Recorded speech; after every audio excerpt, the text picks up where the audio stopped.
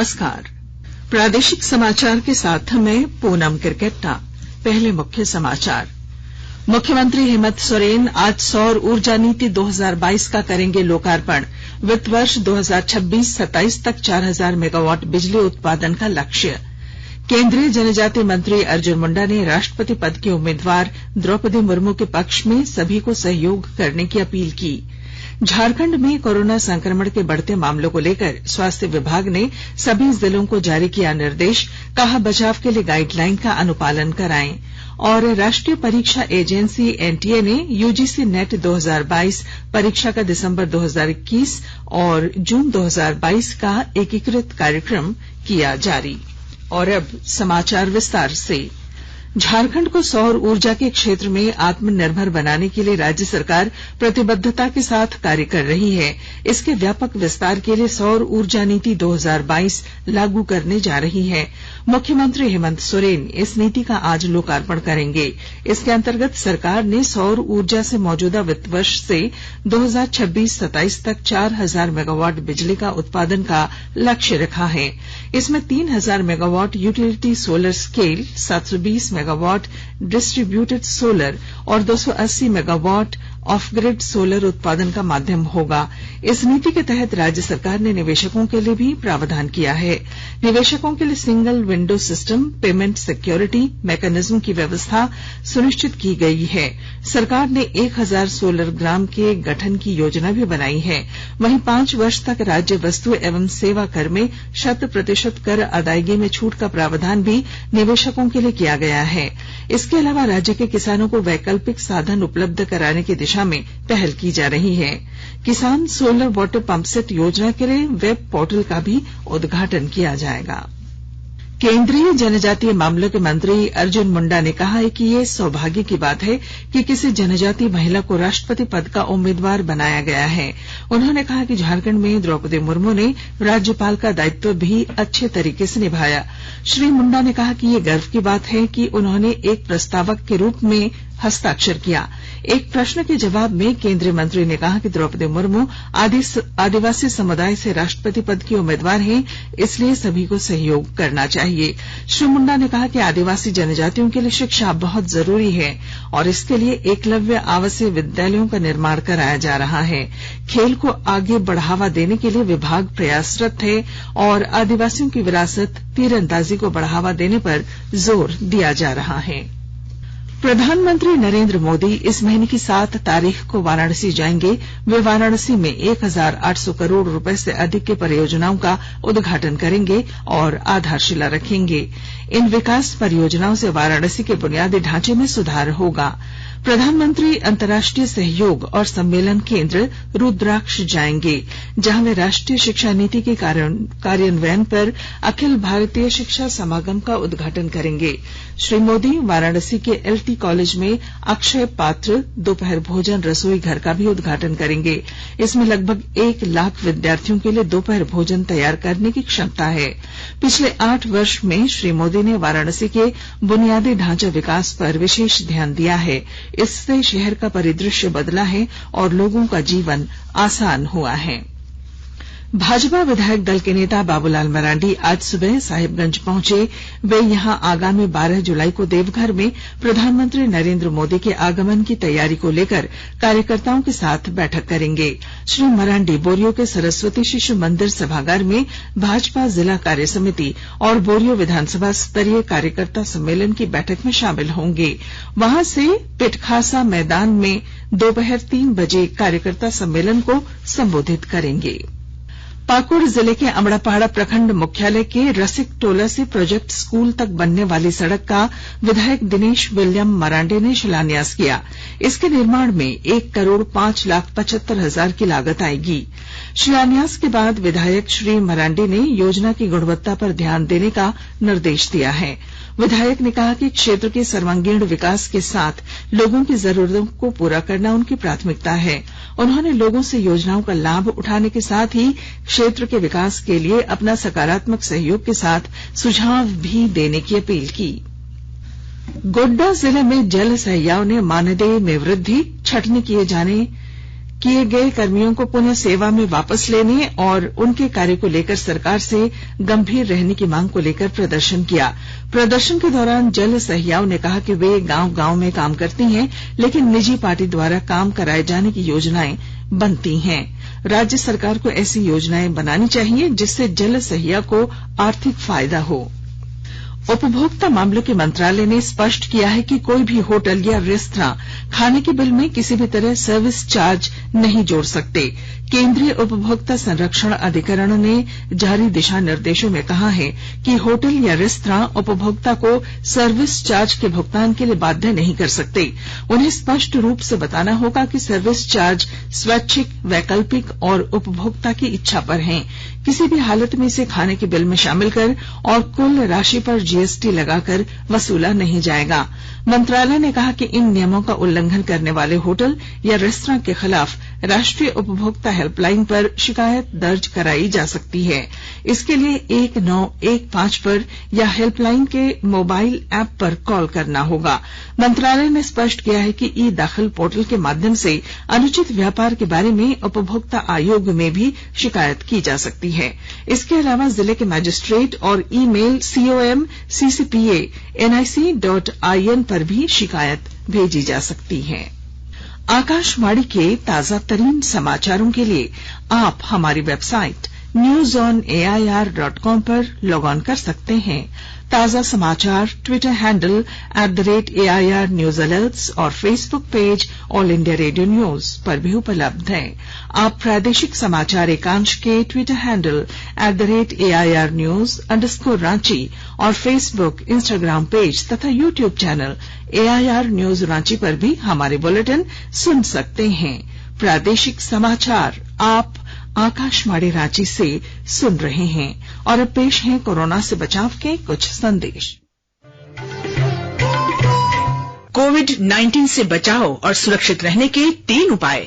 Mask लगाएं, 2 गज दूरी है जरूरी, सुरक्षित दूरी रखें, हाथ और मुंह साफ रखें।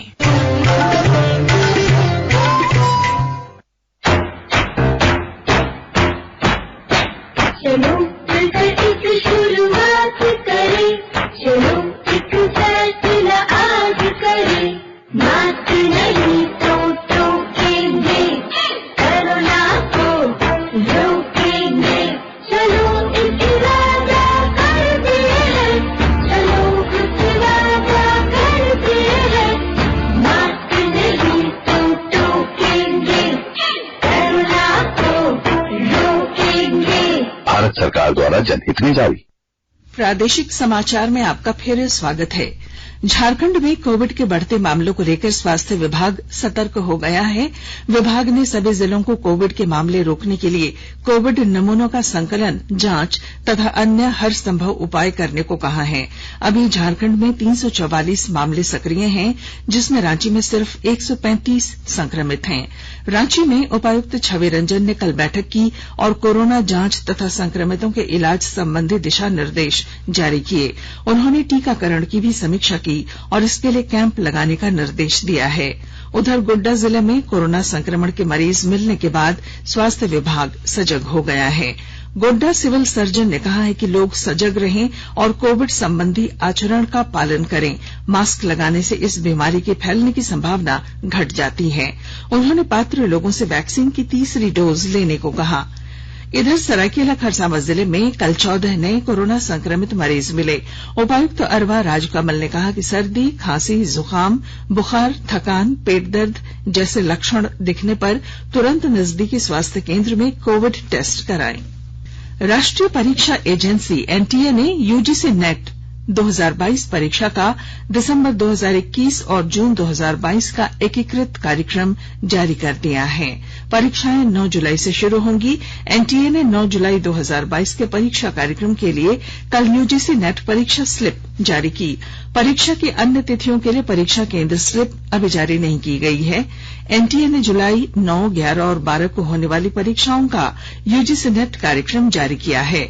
यूजीसी नेट 2022 परीक्षा 9, 11 और 12 जुलाई तथा 12, 13 और 14 अगस्त 2022 को कंप्यूटर आधारित नहीं होगी। आपको बता दें कि यूजीसी नेट परीक्षा हर साल 2 बार आयोजित की जाती है। कोविड-19 के मद्देनजर दिसंबर 2021 यूजीसी नेट के स्थगित होने के कारण जून 2022 यूजीसी नेट के कार्यक्रम में देरी हुई है। यूजीसी नेट परीक्षा चक्र को नियमित करने के लिए राष्ट्रीय परीक्षण एजेंसी एनटीए ने यूजीसी की सहमति से दिसंबर 2021 और जून 2022 के यूजीसी नेट दोनों का विलय कर दिया है ताकि उन्हें सीबीटी में एक साथ आयोजित किया जा सके। जामताड़ा जिले के किसान अब सहज ढंग से मोती की खेती कर सकेंगे। मोती की खेती से किसानों की आय बढ़ेगी और वे आत्मनिर्भर बन सकेंगे। विस्तृत रिपोर्ट दे रहे हैं हमारे संवाददाता। जामताड़ा जिले के किसान अब सहज ढंग से मोती की खेती कर सकेंगे। मोती की खेती से किसानों की आय बढ़ेगी और वे आत्मनिर्भर बनने की ओर अग्रसर होंगे। उपायुक्त फैज अहमद मुमताज ने बताया कि प्रथम चरण में जिले के सभी पंचायतों में एक मोती केंद्र खोला जा रहा है। उन्होंने बताया कि इसके लिए किसानों को प्रशिक्षण दिया जा रहा है। सीपीओ का पालन पोषण एवं मोती उत्पादन की व्यवस्था की जा रही है। उपायुक्त ने कहा कि किसान प्लास्टिक टब पानी टैंक में भी आसानी से सीपीओ का पालन और मोती का उत्पादन कर सकेंगे। उन्होंने बताया कि 12 से 14 महीनों में सीपीओ से मोती तैयार हो सकेगा। उत्पादित मोतियों का Orissa e commerce private limited के द्वारा 150 रुपये प्रति मोती की खरीद की जाएगी। सीपीओ के पालन और मोती उत्पादन से जिले के किसानों की आर्थिक स्थिति में सुधार आएगी। सुभाष प्रसाद सिंह, आकाशवाणी समाचार, जामताड़ा। बाबा बैद्यनाथ धाम देवघर में शीघ्र दर्शन को लेकर लागू की गई नई व्यवस्था से श्रद्धालुओं को राहत महसूस हो रही है। मंदिर प्रबंधन की ओर से शीघ्र दर्शन के लिए नई पहल की गई है, जिसमें स्कैनर मशीन और स्मार्ट कार्ड का इस्तेमाल किया जा रहा है। सोमवार को दिन भर 4 स्कैनर मशीन का उपयोग किया गया। लगभग 5400 से अधिक श्रद्धालुओं को प्रवेश कराकर बाबा का पूजन कराया गया। मंदिर प्रबंधन इसके लिए 250 रुपए में शीघ्र दर्शन स्मार्ट कार्ड श्रद्धालु के लिए निर्गत कर रहा है। श्री अमरनाथ पवित्र गुफा के दर्शन करने वाले श्रद्धालु सुविधाओं में सुधार के बारे में अपनी प्रतिक्रिया अब श्राइन बोर्ड के अधिकारियों को दे सकते हैं।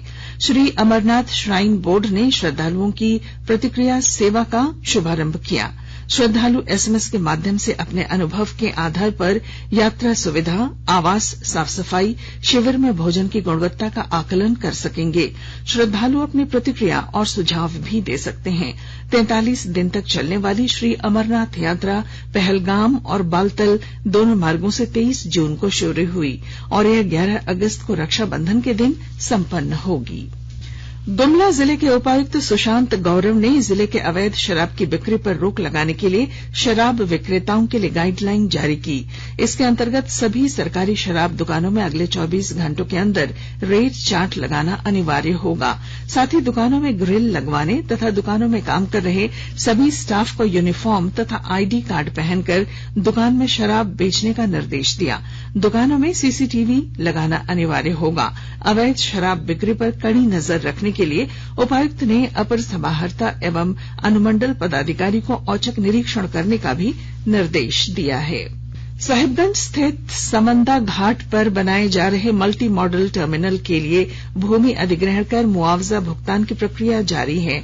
मुआवजा मिलने के बावजूद घर खाली नहीं करने वालों को घर खाली कराने प्रशासन पुलिस बल के साथ पहुंचा, जहां लोगों ने उसका विरोध किया और पुलिस प्रशासन की टीम पर स्थानीय लोगों ने पथराव कर दिया, जिसमें 3 पुलिस वालों को हल्की चोट आई है और एक सरकारी वाहन क्षतिग्रस्त हुआ है। सदर अनुमंडल पदाधिकारी ने बताया कि अतिक्रमण हटाने की प्रक्रिया जारी रहेगी। उपद्रवियों की पहचान कर उन पर कार्रवाई शुरू की जा रही है। और अब अंत में मुख्य समाचार। मुख्यमंत्री हेमंत सोरेन आज सौर ऊर्जा नीति 2022 का करेंगे लोकार्पण। वित्त वर्ष 2026-27 तक 4000 मेगावाट बिजली उत्पादन का लक्ष्य। केंद्रीय जनजातीय मंत्री अर्जुन मुंडा ने राष्ट्रपति पद की उम्मीदवार द्रौपदी मुर्मू के पक्ष में सभी को सहयोग करने की अपील की। झारखंड में कोरोना संक्रमण के बढ़ते मामलों को लेकर स्वास्थ्य विभाग ने सभी जिलों को जारी किया निर्देश, कहा बचाव के लिए गाइडलाइन का अनुपालन कराएं।